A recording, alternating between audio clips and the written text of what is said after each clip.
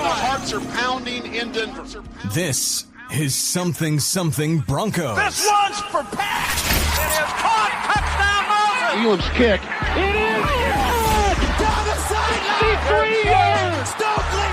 Wow. Davis into the end zone, rocking, standing up. Touchdown. Denver's gonna win. Bailey taken off. Oh, baby, they're gonna win this thing. Unbelievable. Featuring And here he is. Mike DeSico and Jess Place. Having the time of his life. Welcome to Something Something Broncos. Oh, my God.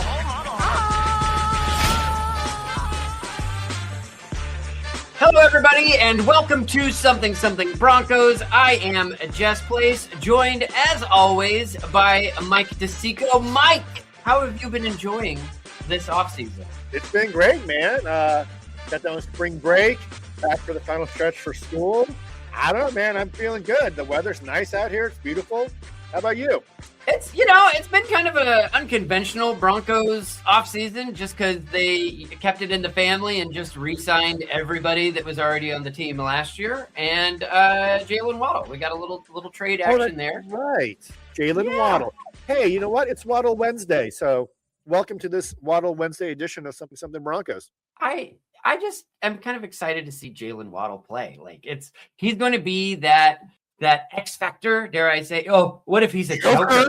What if he's a joker and we don't even know it, Mike? Have you even considered that possibility? What if we consider the fact that he's channeling his inner Jerry Jeudy and posting workout videos to Instagram? Yeah, I didn't love that.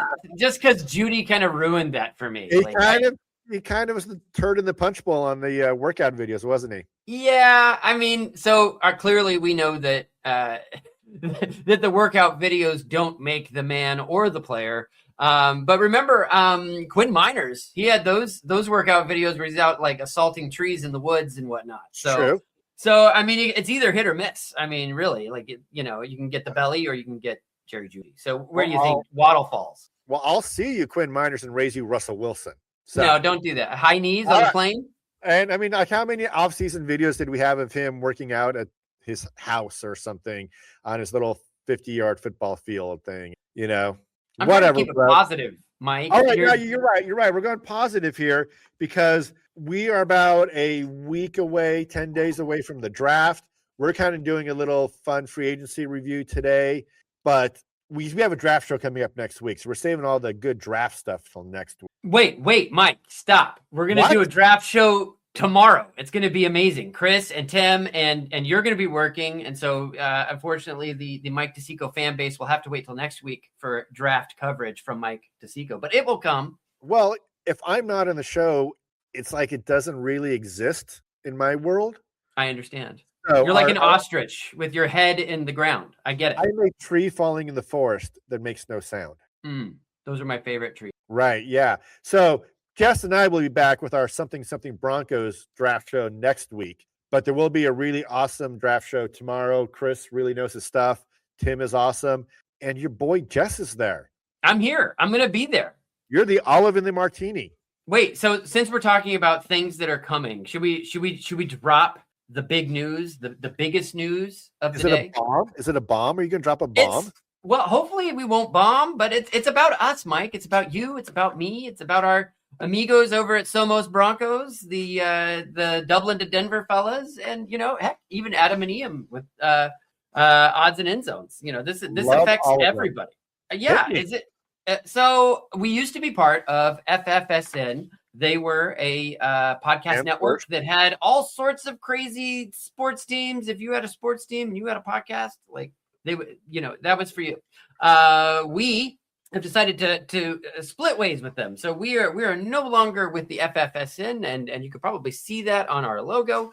And so what does that mean for the listener? The listener can now know that we are handling all of our own business, so we can cater our podcasts and our content to our listeners. So where can you find Something Something Broncos and all these other shows? Well, you can find them wherever you have been getting your podcasts. So nothing changes on your end. You don't need to unsubscribe, resubscribe, whatever.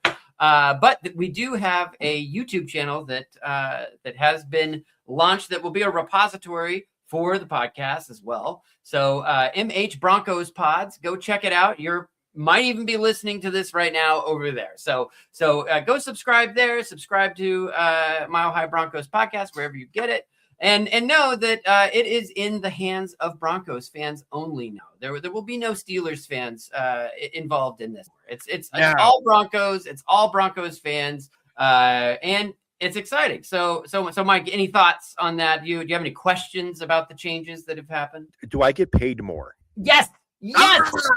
My boy's believe it? College. He's going to college now. I know it. So it was shocking how much we gave away to be part of FFSN, and so now that's going to stay in house, and that goes into your pocket, my pocket, and the pockets of developing this podcast network so that it's even better. Oh my gosh! So if you have any ideas for how to improve these podcasts or the network or anything like that, feel free to reach out on Twitter. I'm at Jezru. Mike is at Mike DeSico. So we got all that. So, all right, enough housekeeping. Mike, the show today is kind of a fun one, right? I think so. We're going to go into the history of Broncos free agency. We're going to look at the good names, the terrible names, and, we didn't really get an opportunity to celebrate and get excited over free agency this season for a good reason. I mean, right. We made the AFC championship game, probably would have won it if Bo Nix hadn't busted up his ankle. So, I mean, a lot of changes may not be necessary, right? So we didn't get to do it, and that's okay. So you lead us off. Start us with this exercise of free agency awesomeness through the years. Well, the thing is that, everybody was frustrated because, everybody's posting that meme of like poking the dead animal with a stick, do something, and we all wanted Denver to do something. So looking through, we started our look with 1993 when modern free agency started. And the thing is, you notice is you build your team through the draft, right? But you build a champion with free agency signings. So if you look, every time the Broncos got good, there were those key free agent signings that kicked us to the next level. And so the fact that we didn't make those free agency signings this year to kind of kick us to the next level. As we look back, first player we signed was Don Maggs, a tackle from the Houston Oilers. And he was supposed to be our left tackle of the future. He got hurt. I think in 2 years, he started 3 games. And he was such a bust that we had to go out and trade for Gary Zimmerman, who anchored Super Bowl champion. But Don Maggs was our first swing and a miss. We did sign Brian Habib that first year, who was part of the Super Bowl title team, the first one. And Rod Bernstein. Remember Rod Bernstein? I do remember Rod. I liked Rod Bernstein. Tell our younger viewers about Rod Bernstein. He has a unique history. I don't know his unique history. I just know of him as a guy that played for a little while, and I genuinely liked him, and then he was gone. So what are you thinking of? He was a tight end for the San Diego Chargers, number 82 or something, and they started playing him at a running back. And so he was lining up in the backfield, number 82, as the Chargers running back. And so we signed him and converted him to a full-time running back. And he was the starting running back for a year or two. And I believe was the starter when a young Terrell Davis was 6th on the depth chart a few years later. But he was a former tight end who converted to running back, and he was part of that first free agent class. But then going forward, free agency helped us win Super Bowls because we signed Brian Habib that first year. The next year we signed Ray Crockett, who started for 2 Super Bowl champions. The year after that, we signed Ed McCaffrey and Mark Schlereth. Then the year after that, Bill Romanowski, Alfred Williams. Then we got Neil Smith, Howard Griffith, and Darian Gordon. And so you can see how we drafted well. We drafted the Shannon Sharps and the Terrell Davises, but we don't win the Super Bowl without these free agent signings. Well, can I stop you there? So you mentioned the premier signings, but there's also other Super Bowl signings that happened that helped position us that way. There was Harold Hasselbeck. Remember him? He played in the Super Bowl. Yeah, Michael Dean Parrott, maybe no. Michael Dean Parrott. You have to feel faster, Michael. Yeah, Mike. But you're a Ma'atanavasa? Mike Lodish. I loved Mike Lodish. Mike Lodish was big in my family. I don't know why, but my dad and his business partner used to always just make jokes about Mike Lodish. Maybe because he was a large man or something. So I knew Mike Lodish to the point where actually my Broncos themed tables at my wedding, I had a Mike Lodesh table, and they sat there. Well, do you know his interesting history? Other than being Mike Lodesh, a table at my wedding? Until Tom Brady, I think he held the record for playing in the most Super Bowls because he played on all 4 of the Bills' Super Bowl losing teams, signed with the Broncos, and won 2 of them in a row. So he went to like 6 Super Bowls in like a short span in the 90s. You are a wealth of knowledge, Mike. Wealth of knowledge. And maybe it's not right, which, if I'm not, tweet at Jezru. That's fine. Yeah. But then also we signed like David Diaz-Infante. We signed, remember, Jumpy Gathers. Don't remember him at all. Jumpy Gathers. That's like he was the little Jordan Humphrey of his day. Yeah. But in 1997, we signed Neil Smith, Howard Griffith, Darian Gordon. But we made 3 other signings that we don't win the Super Bowl with. Keith Traylor, defensive tackle. Derek LaVille, remember him? Yeah, he was instrumental. He was definitely a contributor. And then one Bubby Brister. Bubby, when John Elway was hurt, he came in and won us like 4 or 5 games in 1998. So it was really good. And then Elway retires, and we start signing terrible players. One of the all-time busts, 1999. Remember who it is? We signed him from the Chiefs. We love to sign players from the AFC West. We signed Anthony Miller, the Chargers stud wide receiver. And then we signed one of the Chiefs' best players, Neil Smith. And then we signed his partner there. Do you remember who it was? I do. It was the infamous Dale Carter disappointment. Oh, I think at the time was the 2nd highest cornerback contract in league history. He played a handful of games and then suspended for substance abuse. He was a 4-time Pro Bowler. He was a good player. And not for us. And then it kind of goes to well, wait, hold on. We also got another player that became famous for joining the Chiefs. That was Eddie Quitterson. Remember Eddie Quitterson? I remember Eddie Kennison for all you literalists out there. But tell the people the Eddie story. I believe he was ready to play, and like right before game time, basically said, "No, I don't think I'm going to play." And he just decided he just took himself out of the game, and or took himself out of the possibility of playing in the game. And so then he retired. Yes. He's like, my whole attitude, I'm retiring. I know. And I kind of liked Eddie Kennison up until that. But this crisis of faith in the Broncos or whatever it was that caused him to just, kind of take his cards and go home. I don't know. It was kind of shocking for the time. Broncos country was not happy, booed him mercilessly. Because what happened? What happened after he retired? Well, he unretired. He unretired, and what did he do? He joined the Chiefs, I think. It was the Chiefs. Yeah, it was the Chiefs. He made a couple Pro Bowls with the Chiefs. Dick. Yeah. So that one was crazy. Dale Carter and Eddie Kennison, 1999, the little double whammy of suck right there. So much. How can it get worse? Well, we signed Daryl Gardner. That was worse. But you know what? Also that year, what is that sound? What sound? I keep on hearing it. Burp, burp. Oh, it's my pacemaker. Oh, okay. Yeah. It's on your Chester McLaughlin's 2002. Shannon Sharp comes back to us after winning a Super Bowl with the Ravens. I just want to say I loved Chester McLaughlin. He was a huge man, but I loved him dearly. I loved him. I want to get up to 2003, which you have one of, I think, Bronco Country's favorite signings and least favorite signings. Daryl Gardner, defensive tackle, I think, from the so 2003, we had two signings, because this is also the Shanahan seeing that he's a great coach but a failed GM type era. And so we signed one Daryl Gardner, defensive tackle, just a bust. But we also signed one of, I think, Bronco Country's all-time favorite dudes. Do you know who I'm talking about? I believe he announced a draft pick from Casa Bonita one year. And in another year, actually, he skied down a mountain and took his goggles off and announced a pick. So he's a Broncos country favorite. It's Jake the Snake Plumber, of course. Jake the Snake Plumber. I love that dude. I remember that off season, it was going to be him or Cordell Stewart, remember? And Cordell signed with the Bears, I believe, but hometown Colorado, University of Colorado kid. And Jake had been cursed by playing with the Cardinals, and everybody was like, he's a bust. Why are you signing him? But you got him in here with Shanahan.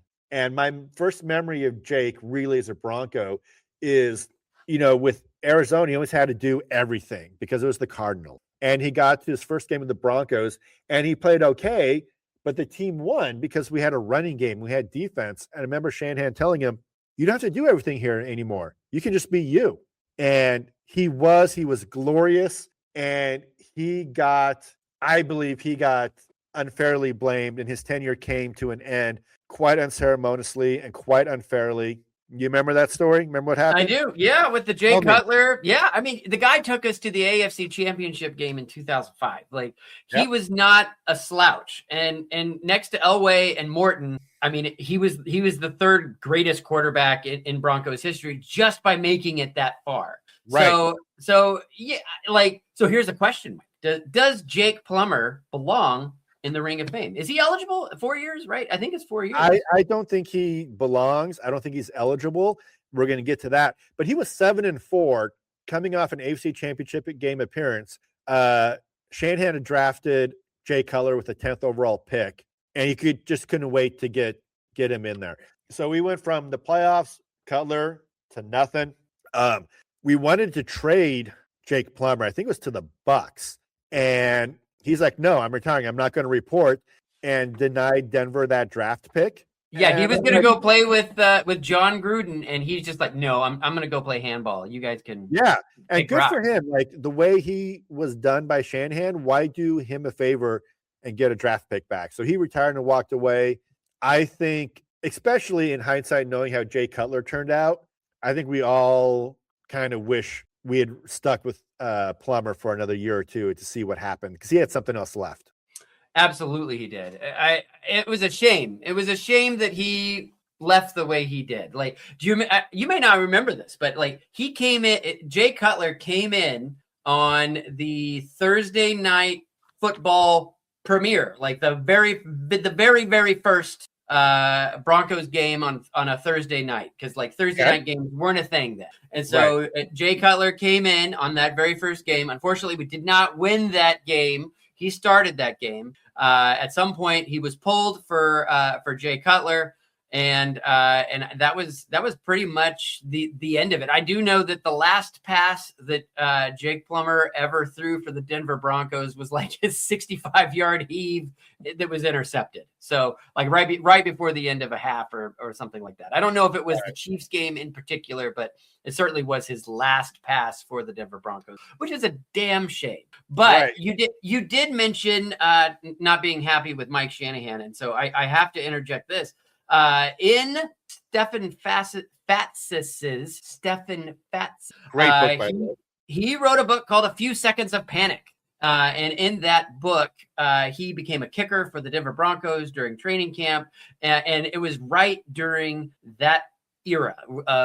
Plummer is leaving. Cutler's coming in. He didn't have great things to say about Jay Cutler, which is a surprise to absolutely nobody. And in that moment, Jake Plummer, there's a quote that is just like, Mike Shanahan can kiss my effing ass, and you can tell him I said that. And so it's in there. Plummer was not terribly pleased with Mike Shanahan. I don't know if they patched things up since then, but it was definitely an era of Broncos football where emotions ran high. And truth be told, looking back, Jake Plummer probably should have been able to stick around. Jay Cutler was a bum. We all know that. And to be honest, I think that, to go back to Bubby Brister, there's that whole Brian Greasy Bubby thing. Like, Bubby probably should have been given the nod because of all the heavy lifting he did in the season to get the Broncos another Super Bowl. Right. We were a veteran team. Play your veteran quarterback and see if you can get that three-peat. If you can't, turn it to Greasy as a second-year quarterback. He was a fourth-round pick. It's not like he was the first overall and you had to play him. He was a fourth-round pick. Bubby got done wrong. Jay Cutler got done wrong. For all this great stuff about Shanahan, whom I love, and he should be in the Hall of Fame, those two decisions, plus the Daryl Gardners and all that stuff. But those were rough.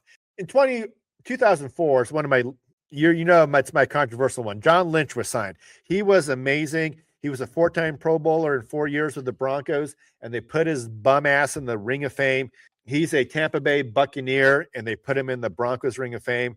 It cheapens the entire Ring of Fame. I've bitched about it before, so we can move on. But Then for like, I would also like to bitch about it, but let's move on. Go.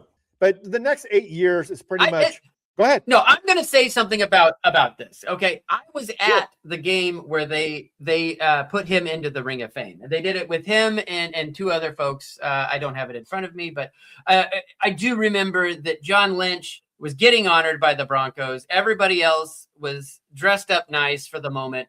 And John shows up in a puffy vest that like he's going like canoeing or something. Like it was just kind of like, do you know that this is kind of a big deal? Not everybody gets this, especially you. Like you shouldn't get this, but like put on a jacket, bro. Like, and I don't even wear suits. You know what I mean? Like if I'm saying that, then it has to be pretty bad. The two people he was selected with, to me, offers that stark contrast. It was Simon Fletcher and Jason Elam, two career lifelong Broncos who helped define their era of Bronco football. Simon in the 80s, Jason in the 90s or early 2000s, and then John Lynch, a guy we picked up at the end of his career who happened to be buddies with John Elway. I will go to the grave being bitter about that because those two were capital B Broncos, Simon Fletcher and Jason Elam, well deserving. John Lynch is a Hall of Famer, but he's a Tampa Bay Buck. I hate it. Moving on, we have a couple big busts in here because, of course, it's the Broncos. But we signed your players like Kennard Lang, Daniel Graham, Boss Bailey, end of his career, Brian Dawkins, who was great. But we signed Travis Henry. Remember Travis Henry, the running back from Buffalo? Yeah. Great player. He was a great player, but he came in and did absolutely nothing. We signed in 2009 one of my favorite underrated Broncos, Jabbar Gaffney. I love Jabbar Gaffney. I did too. Here's a funny Jabbar Gaffney story. I mentioned earlier, right? We're creating a great user experience over on YouTube, and so I went into the nether regions of YouTube, and I found a Jabbar Gaffney highlight reel that I made for Mile High Report back in like 2010 or something. Like it was so long ago. And I was like, oh, look at that. There's a Jabbar Gaffney highlight reel. So for a long time, Jabbar was probably the greatest Denver Bronco to ever wear number 10. In fact, there are articles over on Mile High Report that you can read where he was declared the greatest to wear number 10. And that's over like Todd Sauerbrunn from the kicker during that 2005 Broncos run to the AFC Championship where he put his helmet on a ball during a return and flipped the game. It was awesome. But yeah, Jabbar Gaffney, like that guy, kind of underrated Bronco. Like you'd think we'd hear a little bit more about him. And who was the guy that was like the killer receiver? I can't remember. We got Brandon Lloyd. Poor guy. He's in witness protection. He was a great receiver for the Broncos. Never hear about him. Him and Jabbar Gaffney lined up together, and they're just like a forgotten wide receiver. Brandon Lloyd was astounding. Like he made highlight reel catch after highlight reel catch. It was insane. And he ended up wanting out. Can't really blame him with the arrival of a Tim Tebow, who turns out couldn't throw a football. But in 2010, he had 1,448 yards and 11 touchdowns with the Broncos on 77 catches, averaged 18.8 yards per catch. And he always made highlight reel catches, but that's almost double what he had any other year ever. But almost 1,500 yards, 11 touchdowns that one year. 2011, he played 4 games with the Broncos, and he noped out of Tim Tebow and went to St. Louis, did nothing there really. 1 year with New England where he had like 900 yards. But what a guy that guy was. I loved him. But now we're getting into our big, would you say greatest free agent signing of all time? Maybe in NFL history. If not number 1, probably number 2 behind Reggie White. I would. I'm biased, Mike. I'm a Broncos fan, so we're going to go ahead and say this is the greatest free agent signing in the history of all sports throughout the universe and for all time. Jacob Tamme, the tight end from the Indianapolis Colts. That was amazing. So good, because the thing is, signing Jacob Tamme convinced Peyton Manning to come to Denver.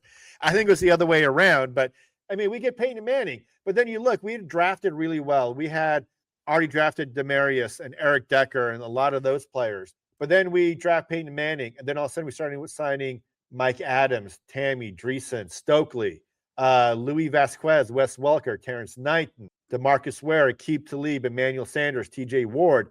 You get that one guy, all of a sudden all these players want to sign here. And that's the frustrating part for the Broncos fans this year. Bo Nix is not Peyton Manning, but you would have thought wanting to play with an AFC championship quality team, Bo Nix, we could have attracted more people, right? So that's frustrating. But 2014, man, if Peyton Manning is the greatest ever free agent signing, 2014 is the single greatest free agent class, not just in NFL history, but maybe sports history. DeMarcus Ware, Aqib Talib, Emmanuel Sanders, and TJ Ward. Are you kidding me? What a haul.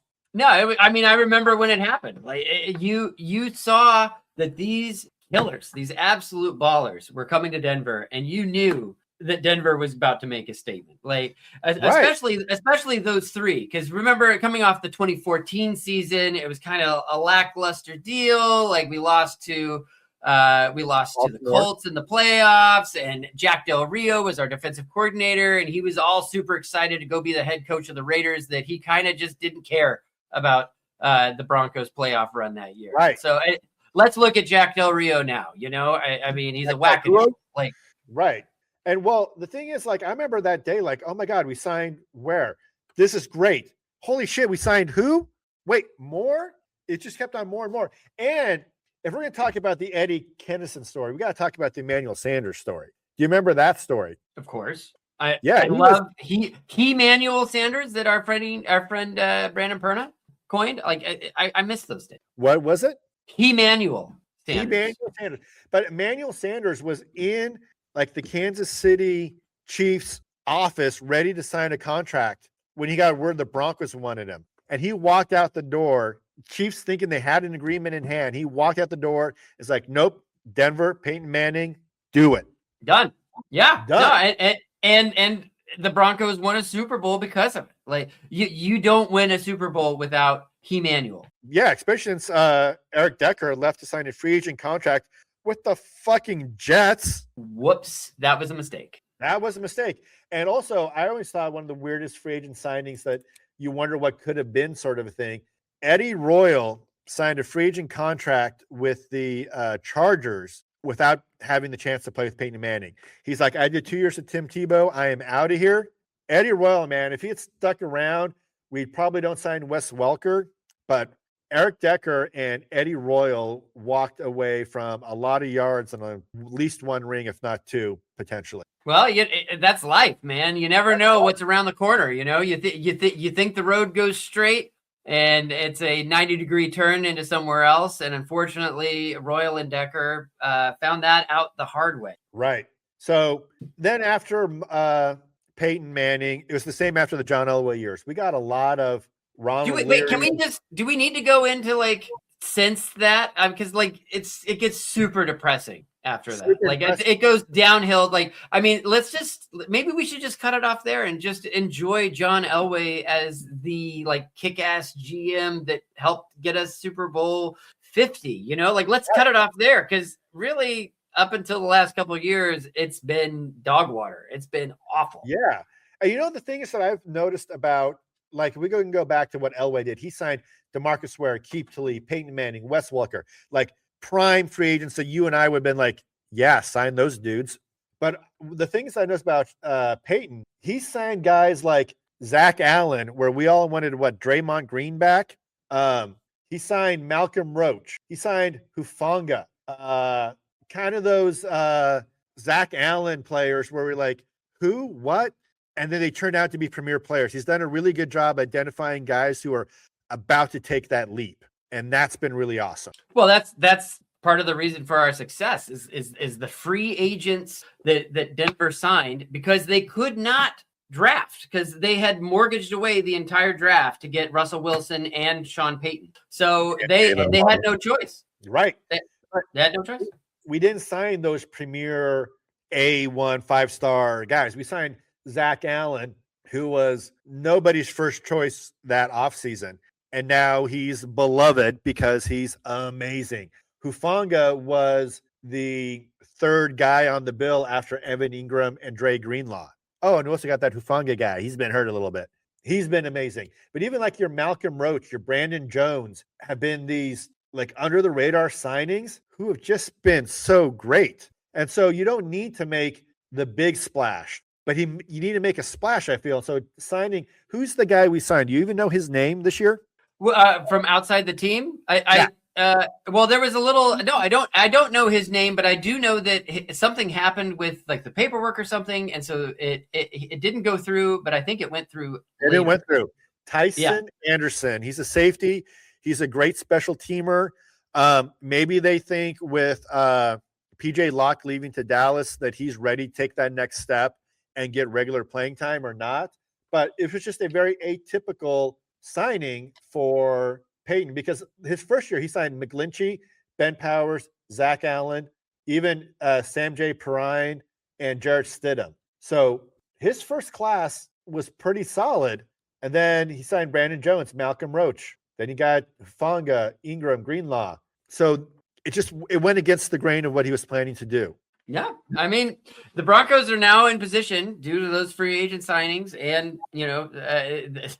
timely trades, Jalen, to really make some noise. Jalen, yeah, man. Speaking of making noise, a guy we've previously spoken about, Aqib Talib leaked the Broncos are about to do something. You watch, and then within 48 hours, boom, Jalen Waddle's here. Now he's making noise again.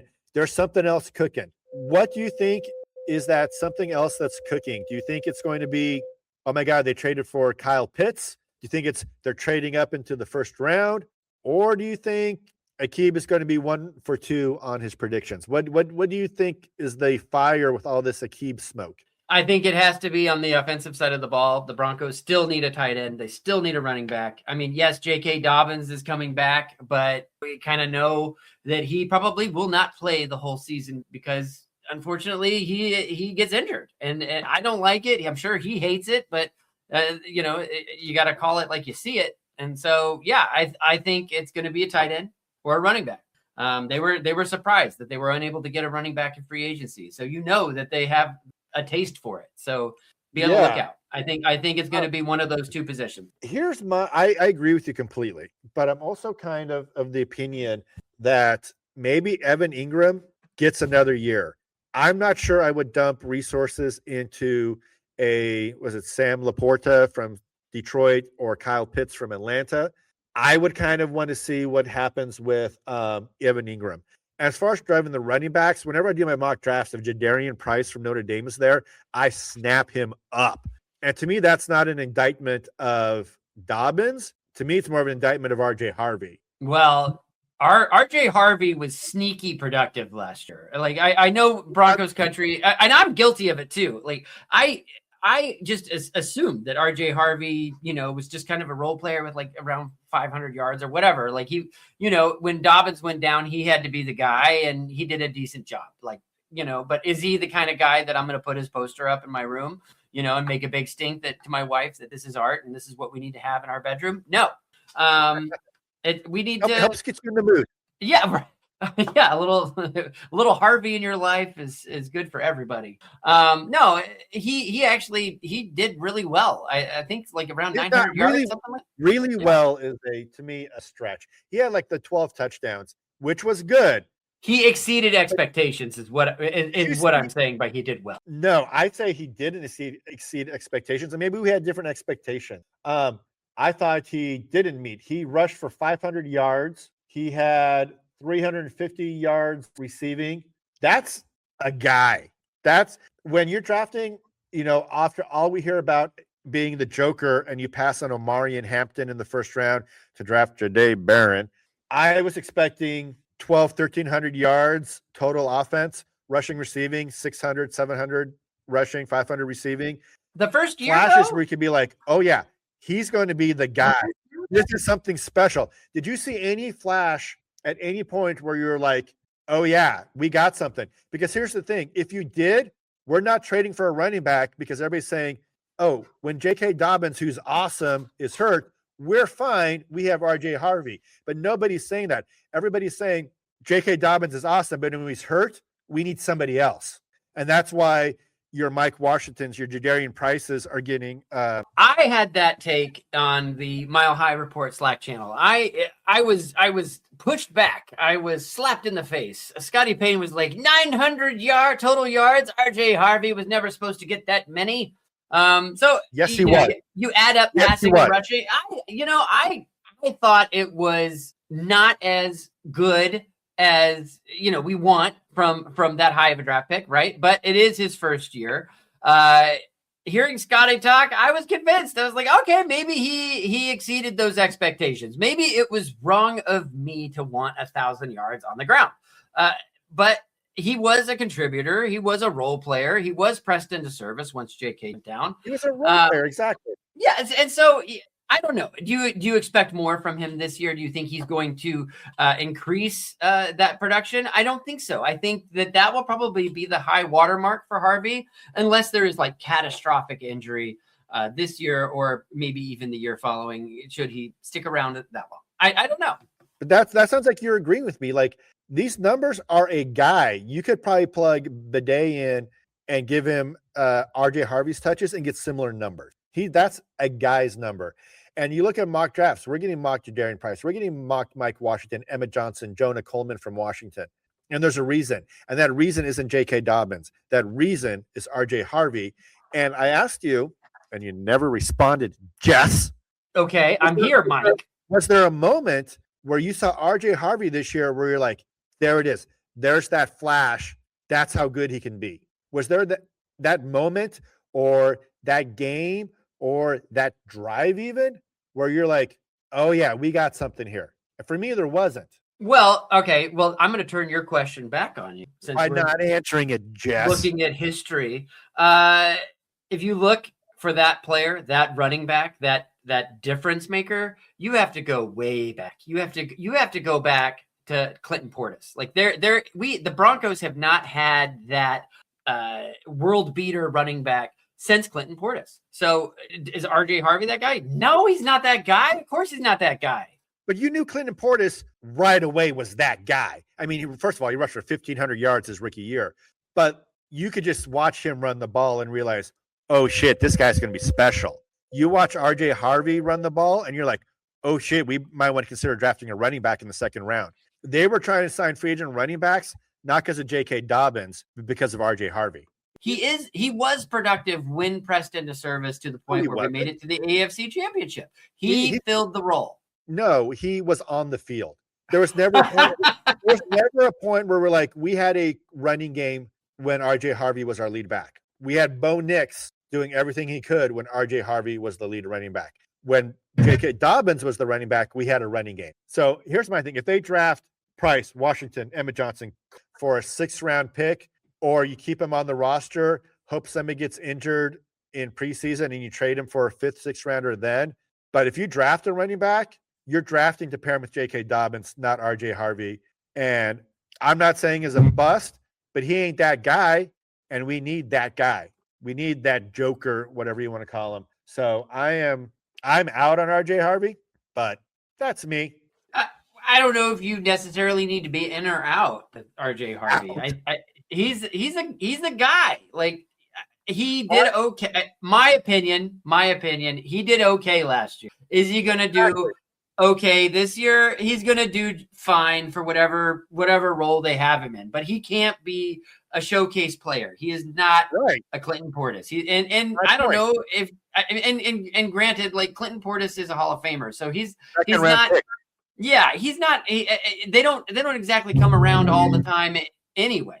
Right. And so, I don't know. We need more. And if we have the opportunity to draft Jadarian Price in the 2nd round, I would do that so hard.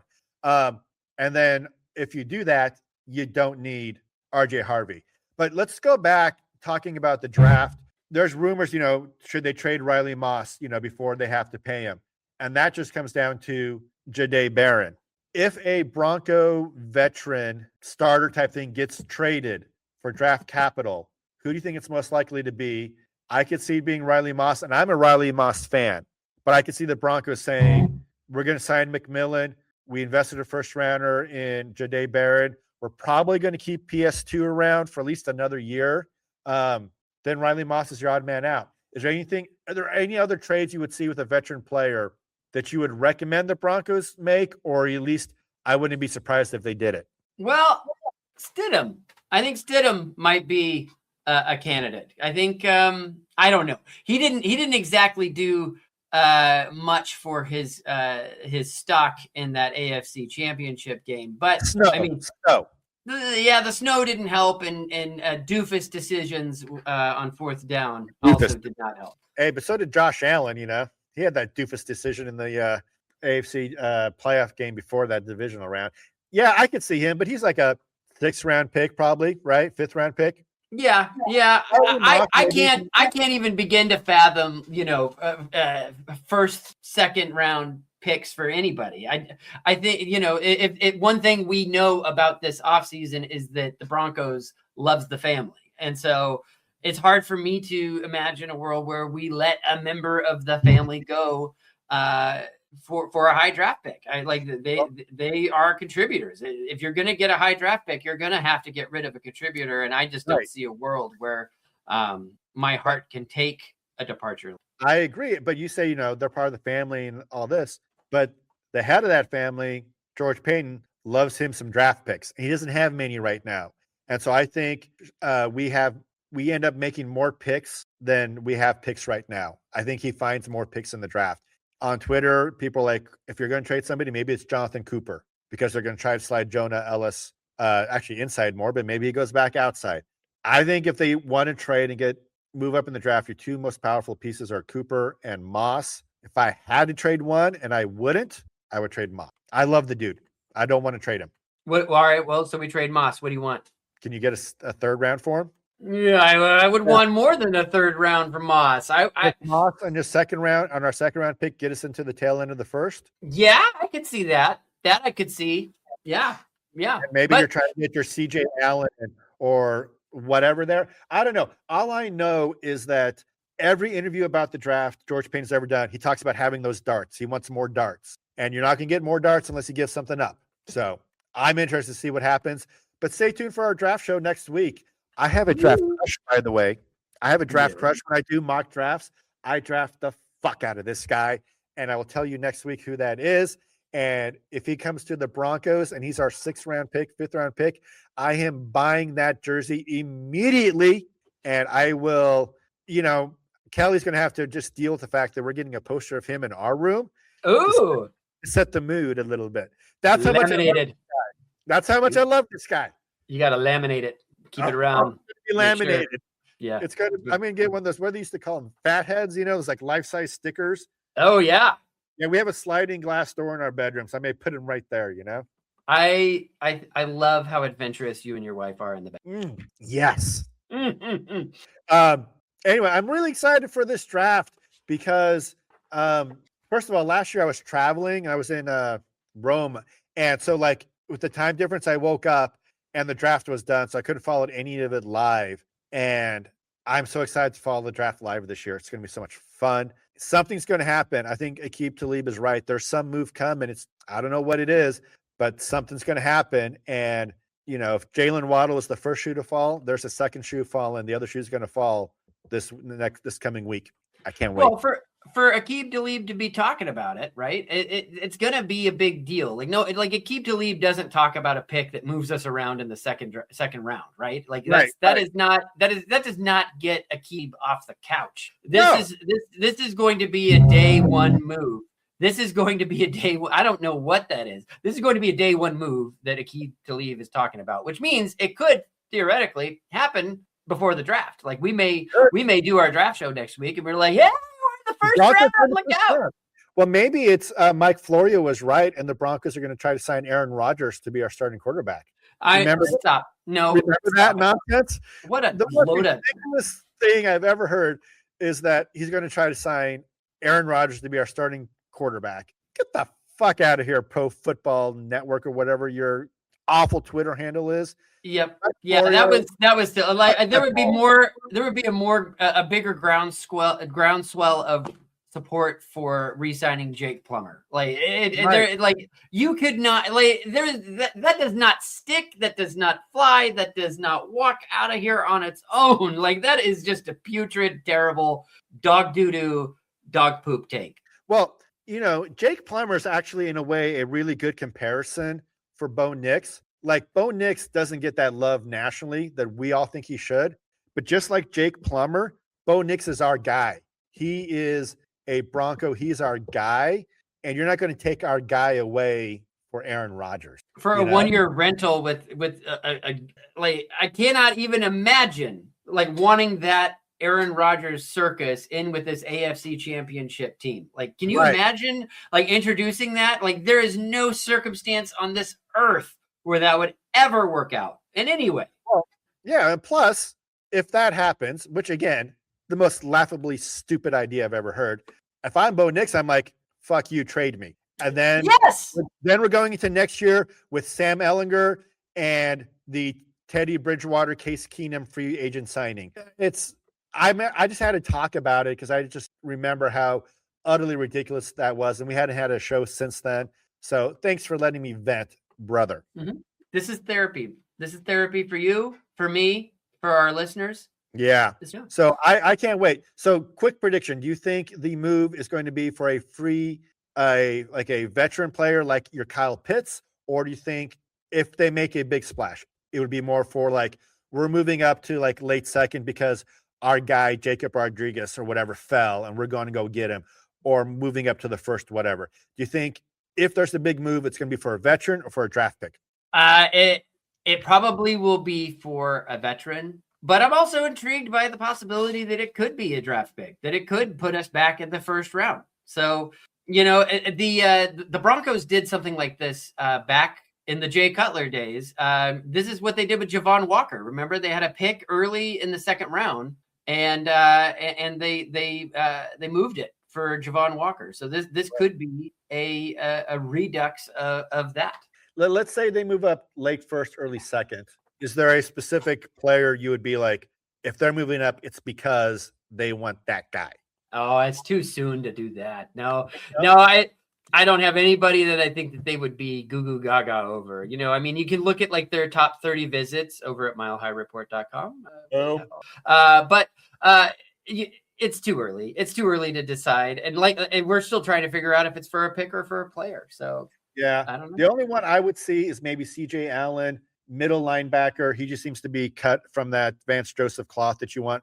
He's a green dot player. Inside linebackers are a big need there. So that would be me. Maybe if Kenyon Sadiq is falling, but we have a draft show coming up. Let's get into it then. You know what it's time for? A pot pie, please. If you're playing a sound, I can't hear it. Well, it's tough. It's pot pie time. It's pot pie. Anyway, yes. Okay. Well, thank you for listening to this week's episode of Something Something Broncos. Kind of a different show for us. We just kind of went down memory lane, the good, the bad of free agency, and kind of transitioned nicely. Like, Mike, you did a really good job in moving from the free agency conversation, boom, right into current day. The draft is like, I like that. That was very good. You're clearly a seasoned professional. I just, in moments like that, I look at this bracelet I have on my wrist right here that says WWJD. What would Jess do? That's right. Then I do that. Yeah. Well, I'm glad you bought one because I'm currently sitting on about 4 gross of those bracelets, and my eBay store is not. It's just not cutting it. So yeah, I don't know. Anyway, be sure to like and subscribe wherever you get your podcasts, and go over to MH Bronco Pods over at YouTube. Now, don't get confused. There is another like ours, and it may be an old one of ours, but we're moving away from that. So don't be confused. It's MH Bronco Pod, just like our Twitter account. So if you can follow us over there too. Mike is running it these days, and so he's very lonely. So reach out to him and tell him how much you. So anyway, for Mike, I am Jess Place. This has been Something Broncos. Love you, Mike. Love you, Jess. He actually jumped on a call in the end of our podcast here, so he's talking to somebody. It must be. So that's it for us. See you next week. Sorry, my phone is ringing and I had to answer it. It's too late, Mike. The show's over.